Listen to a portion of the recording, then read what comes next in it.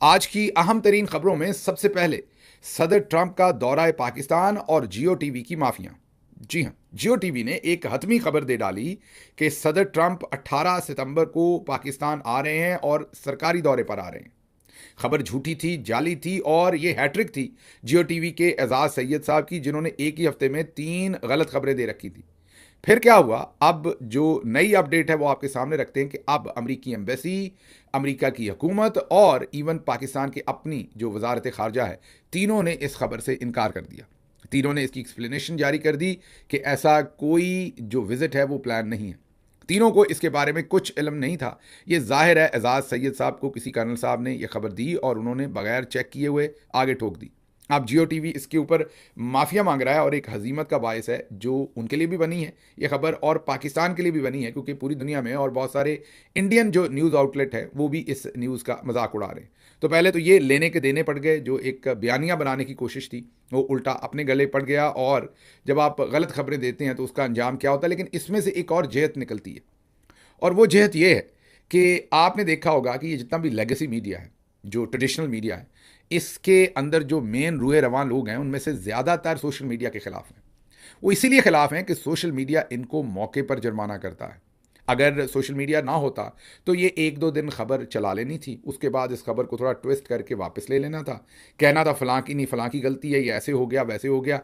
अब क्या हुआ कि इधर से जाली झूठी खबर दी गई और अगले 10 मिनट भी नहीं 10 सेकंड के अंदर लोगों ने स्क्रीनशॉट शेयर कर दिए CNN के, न्यूयॉर्क टाइम्स के, सभी के 17 से 19 सितंबर को सदर ट्रंप बरतानिया के सरकारी दौरे पर होंगे।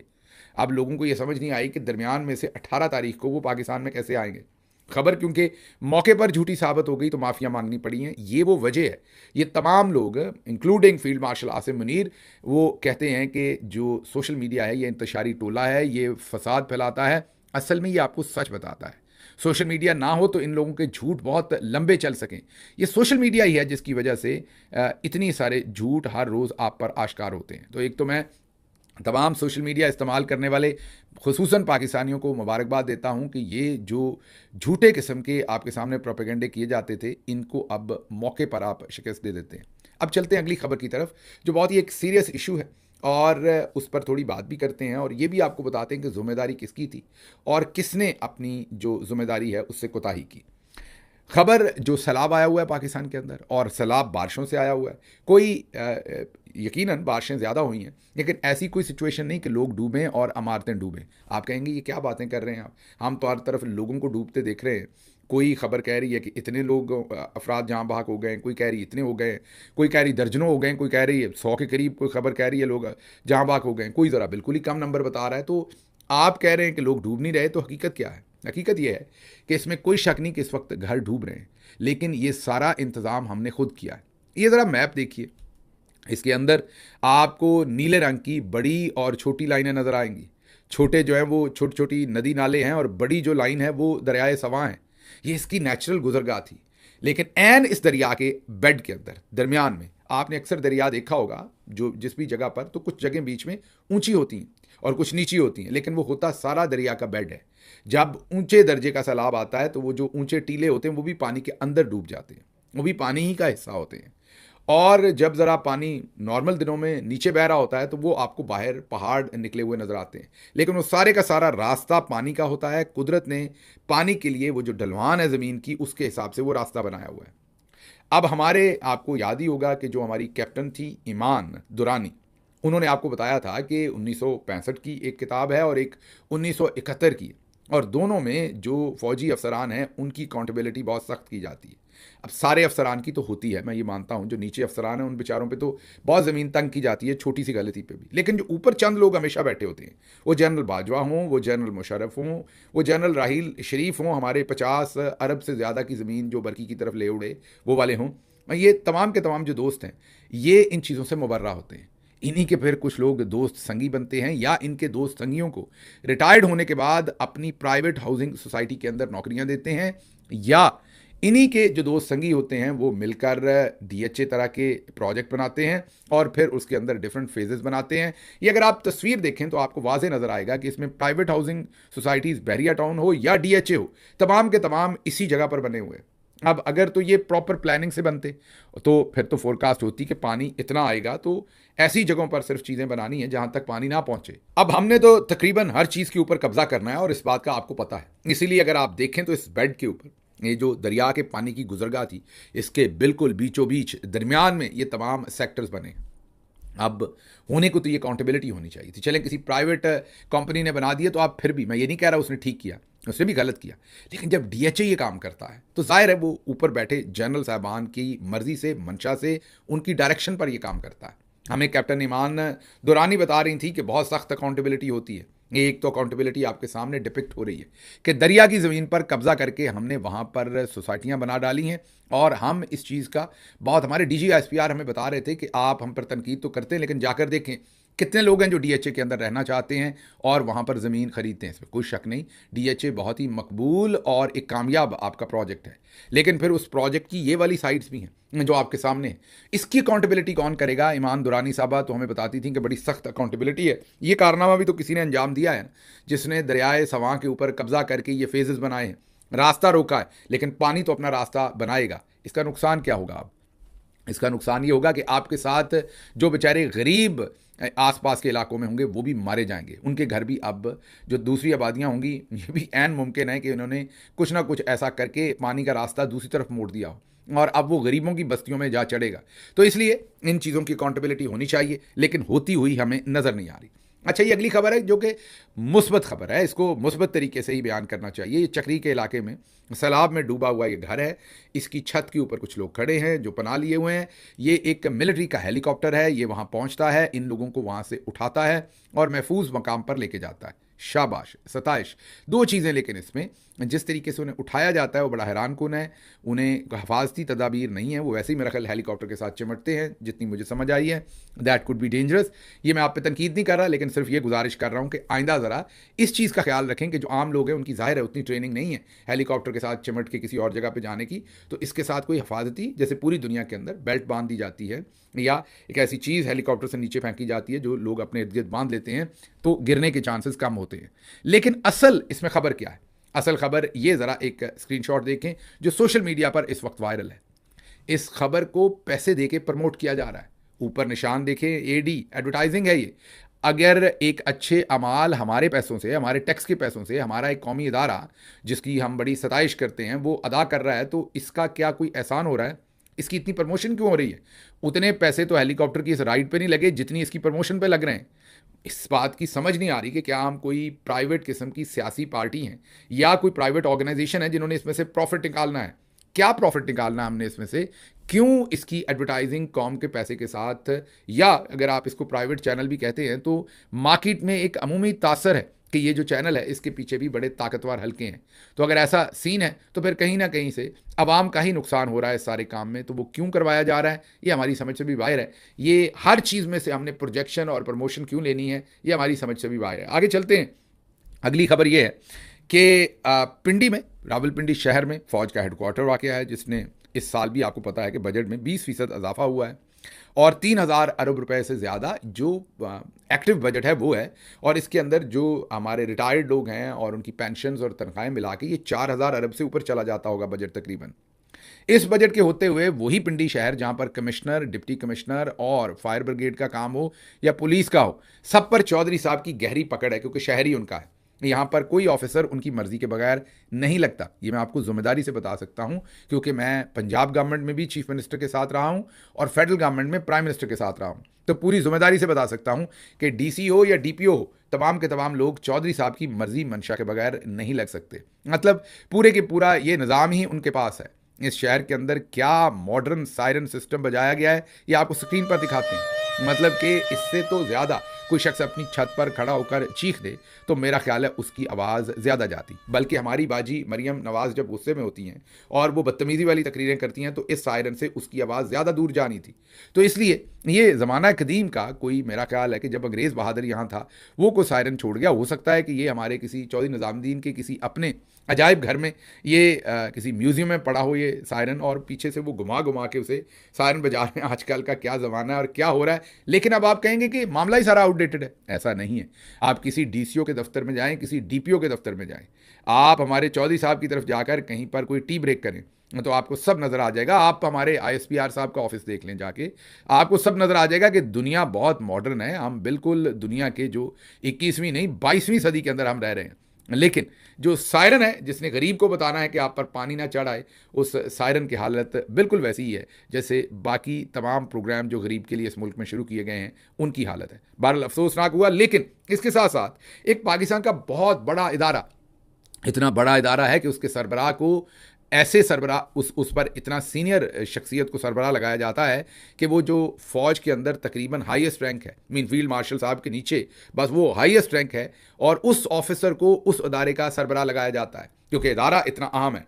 NDMA, जी हाँ, NDMA का जो सरबराह लगाया जाता है वो अमूमी तौर पर लेफ्टिनेंट जनरल लगाया जाता है और अक्सर सर्विंग लेफ्टिनेंट जनरल होता है। मतलब इसको भी हमने मुकम्मल तौर पर, क्योंकि हमें अजीज़ है सहूलत और आपकी आसानी, और उसके साथ साथ हमें अजीज़ है आपकी सेफ्टी और सिक्योरिटी, इसलिए NDMA को भी हमने चौधरी साहब ने अपने पास रखा हुआ है और अपने कोई ना कोई जो उनके हैंड पिक्ड एक लेफ्टिनेंट जनरल साहब होते हैं उनको NDMA की चेयरमैनशिप दी जाती है। ये पिछले 3-4 दफ़ा से तो हम ऐसे ही देख रहे हैं। अब NDMA का काम है यहाँ पर लोगों के लिए ऐसे प्लान बनाना, और NDMA का ही काम है ये नेशनल डिज़ास्टर मैनेजमेंट में कि ये जो DHA या दूसरे private housing authorities, Bahria town हो या दूसरे हों, वो जो वहाँ पर गुजरगाह के ऊपर ज़मीन काबू करके वहाँ पर रहायशी प्लॉट और कमर्शियल प्लॉट बांटे और बनाए जा रहे थे, उस वक्त NDMA उसके अंदर इंटरवीन करता, लेटर लिखता मुतलका गवर्नमेंट को, मुतलका लोगों को। लेफ्टिनेंट जनरल साहब बताते कि ये ना करें, इससे एक आफत आएगी और वो आफत सब कुछ बहा के ले जाएगी। वो काम तो नहीं किया, लेकिन अब NDMA बहुत अहम काम कर रहा है। अब वो आपको बचाने की भरपूर और मरबूत कोशिश कर रहा है, और वो कोशिश क्या है आपको उनकी स्टेटमेंट पढ़ के बताता हूं, उससे आपको अंदाज़ा होगा कि कितनी जफाकशी से जो इस वक्त के जनरल साहब हैं वो काम कर रहे हैं। और उन्होंने ये कहा है कि NDMA ने शदीद बारिशों के बायस आइंदा 24 से 48 घंटों में पंजाब, रावलपिंडी और इस्लामाबाद में सैलाब और नदी नालों में तुगयानी का खदशा जाहिर किया है। साढ़े ते ना रहना, ध्यान नाल रहना। जनरल साहब ये बता रहे हैं कि हमें खदशा है कि तुगयानी आएगी और बारिशें होंगी और पानी आएगी। पानी आएगी, याद है ना, बारिश होती है तो पानी आती है, बारिश ज़्यादा होती है तो पानी ज़्यादा आती है। ये वही वाला जनरल साहब का भी यही काम है कि तुगयानी भी आएगी, बारिश होगी तो पानी आएगा या आएगी, और फिर उसमें से तुगयानी भी आएगी। तो अब आप खुद समझ लें कि हमारा तो काम था सहूलत आपकी, आसानी आपकी, सिक्योरिटी आपकी, सेफ्टी आपकी, और हमारा काम इस ऐलान के बाद मुकम्मल हो गया। आपको कहीं भी अभी तक जनरल साहब नज़र ही नहीं आए होंगे कि कौन से जनरल हैं NDMA के, वो गायब है। आपको ना टेलीविज़न पर वो नज़र आ रहे होंगे, ना उनकी टीम कहीं पर नज़र आ रही होगी, ना वो पब्लिक की जो इस वक्त गमो गुस्सा परेशानी है। अच्छा, ये बात तो एक हतमी है कि ये कुदरती आफत है, हर चीज़ के ऊपर तनकीद बराए तनकीद नहीं करनी चाहिए। मैं ये बिल्कुल नहीं कह रहा कि ये जनरल साहब ने कोई ज़मीन से पानी निकाल के छोड़ा है या किसी और ने छोड़ा है तो ये आसमानी आफत, कुदरती आफत। लेकिन इस कुदरती आफत को वी कॉल फॉर इट, हमने वो जो रास्ते रोके हुए हैं दरियाओं के, जो बेड्स के ऊपर कब्जा किया हुआ है, जो वहाँ पर हमने बिल्डिंग्स, इमारतें, पार्क्स, सड़कें, वो सब कुछ बना दिया हुआ है, उस वजह से ये सब कुछ हो रहा है। लेकिन NDMA ने कहा कि हमारी जितनी जिम्मेदारी है वो ये है कि हम आपको बता दें कि हमें खदशा है। उन्होंने खदशा जाहिर कर दिया, आगे आप जाने और पानी जाने और सैलाब जाने और बारिश जाने, तो आप अपनी बचत खुद करें। ये ना हो कि कहीं आप कल को कहें कि NDMA ने काम नहीं किया। तो जनाब, हमने आपको बता दिया है कि अगले 24 से 48, वैसे जनरल साहब मेरे ख्याल में बेहतर कहते दोबारा स्टेटमेंट जारी करनी पड़ेगी आपको। हो सकता है ये बारिश 48 घंटे के बाद भी जारी रहे, तो मेरा ख्याल है कि आप 7 दिन का या 10 दिन का एक ही दफ़ा लेटर जारी कर दें, क्योंकि आप गोल्फ शर्फ खेलें, अपना जाके गोल्फ खेल रहे होंगे आप, उसमें फिर मसला बनेगा आपको, तो दोबारा स्टेटमेंट 48 घंटे के बाद जारी करनी पड़ेगी। तो मेरा ख्याल है एक ही दफ़ा जारी करें और काम मुकाएं। अच्छा जी, अगली खबर, 45 दिन में बनने वाले F8 इस्लामाबाद में नया तामीर शुदा तैयब उर्दुगान अंडरपास का एक हिस्सा और बैठ गया, बल्कि यहां लिखा दोबारा बैठ गया। ये पहले भी बैठा था, इसको बनाया गया था, अब ये दोबारा बैठ रहा है। और वहां पर चीज़ें ठीक करने की बजाय वहां पर जो सिक्योरिटी के लोग मामूर हैं वो लोगों को रोक रहे हैं कि वीडियो मत बनाओ। वीडियो बनाने से रोकने की कोशिश की जा रही है, क्योंकि मोहसिन स्पीड ने ये तकरीबन 45 दिनों में बनाया गया F8 का इंटरचेंज, जिसके ऊपर बहुत ज़्यादा उन्होंने दाद समेटी थी और मोहसिन स्पीड का नाम समेटा था, वो बारिश में दूसरी दफ़ा बैठ गया है। पता नहीं, थोड़ा हो सकता है कमर में दर्द हो, सड़क की बेचारी बैठ जाती है, लेट जाती है, कोई मसला हुआ होगा, या हो सकता है वहाँ से जनरल साहब ज़्यादा गुजरते हो तो सैल्यूट करने के लिए लेट के सैल्यूट करती हो, तो ये हमें पता नहीं। बहरहाल ये तैयब उर्दुगान साहब को दूसरी दफ़ा इन्होंने लटा दिया है, बिठा दिया है, डबो दिया है, और कह रहे हैं कि वहाँ पर किसी किस्म की भी आप वीडियो मत बनाएं। अच्छा जी, अगली खबर जो आपके सामने रखनी है वो खबर मिर्ज़ा आफरीदी, शरीफ बंदे हैं। मिर्ज़ा आफरीदी की पार्टी के लिए बहुत खिदमात हैं, पार्टी पर बहुत एहसानात हैं, माशाल्लाह। ना किसी के हक में हूँ ना ही खिलाफ हूँ, फैसला पैसों की बुनियाद पर नहीं होना चाहिए। सूबाई सदर खैबर पख्तूनख्वा जुनेद अकबर। मुझे जुनेद अकबर साहब बड़े पसंद हैं, सब कुछ कह भी जाते हैं और कहते भी नहीं हैं। मतलब वो बंदे की तारीफ भी कर देते हैं और उसका साथ भी दे देते हैं और फिर कह भी देते हैं कि मैं किसी के साथ नहीं हूँ। लेकिन चलें, इस बात पर हमें खुशी ये है कि कुछ तो ऐसा होगा मिर्ज़ा अफरीदी साहब में, हमारे जैसे नलायक को नहीं पता होगा। चलें ठीक है, मेरे जैसे नलायक आदमी को नहीं पता होगा इस बात का, लेकिन कुछ तो उनके पास ऐसा होगा जो एक ही सफ़ में खड़े हो गए, महमूदो अयाज़, और ना कोई बंदा रहा ना बंदा नवाज। जुनेद अकबर साहब भी वही बात कर रहे हैं जो दूसरे सारे दोस्त कर रहे हैं, तो अगर ये सारे दोस्त कर रहे हैं तो हम भी कर देते हैं। आल्दो के मुझे नहीं पता, ये जो खसूसी उन्होंने कहा कि मिर्ज़ा अफरीदी शरीफ बंदे, ये तो वो होंगे, मैंने उन्हें कभी कोई गलत काम करते अपनी आंखों से नहीं देखा, ना उनके बारे में ऐसा सुना, तो मैं कैसे कह दूँ वो गलत बंदे। तो पहले वाली स्टेटमेंट पे तो मैं भी आपके साथ हूँ। मिर्ज़ा अफरीदी के पार्टी के लिए बहुत खिदमात हैं, ये मुझे नहीं पता, हो सकता हूँ मेरे इल्म में ना हो। पार्टी पर बहुत एहसानात हैं, ये भी मेरे इल्म में नहीं है, हो सकता हूँ, क्योंकि आप सब दोस्त केपी वाले वो ये कह रहे हैं तो ऐसा ही होगा, तो हम भी आपके पीछे जनाब नारा मार देते हैं। तो कल को अगर इसके ऊपर तनकीद हुई तो जवाब आपने देना है, क्योंकि हमें पता नहीं है। हम तो अब जाहिर है किसी एक अगर कह रहा था ये ठीक है, एक गलत कह रहा था, तो हम दरमियान वाली को बात करते। अब तो आप सारे ही मिलकर कह रहे हैं कि मिर्ज़ा अफरीदी आवे ही आवे, तो आवे ही आवे जनाब। हमें कौन सा हमारी सीट लेनी मिर्ज़ा अफरीदी साहब ने, या हमारा कोई डांग सोटा उनके साथ, या हमारी ज़ाती लड़ाई है कोई, हम भी उनका एहतराम करते हैं। मिर्ज़ा अफरीदी आवे ही आवे जी। अच्छा जी, आगे चलते हैं। अगली खबर जो आपको देंगे वो बहुत ही हैरान कुन खबर है इसी सिस्टम में जो हमारे सामने आई है, वो ये है कि 40,000 पाकिस्तानी गायब हो गए। जी हाँ, एक तरफ तो आपको नज़र आ ही गया, जो हमारे इस टाइम हमें जो मिले हुए हैं, जिस तरह के हमारे पास सायरन है, वो तो आपके पास है सारा कुछ, लेकिन 40,000 पाकिस्तानी गायब हो गई। मैं नहीं कह रहा, आपके वफाकी वजीर बराए मजहबी अमूर सरदार मोहम्मद यूसुफ साहब ने एक प्रेस कॉन्फ्रेंस में इंकशाफ किया है कि 40,000 पाकिस्तानी ज़ायरीन जो इराक, शाम और ईरान गए थे वो वापस नहीं आए और हमें कोई पता नहीं वो कहाँ चले गए। बल्ले बल्ले बल्ले बल्ले, है ना, इसको कहते हैं फील द डिजिटल डिफरेंस।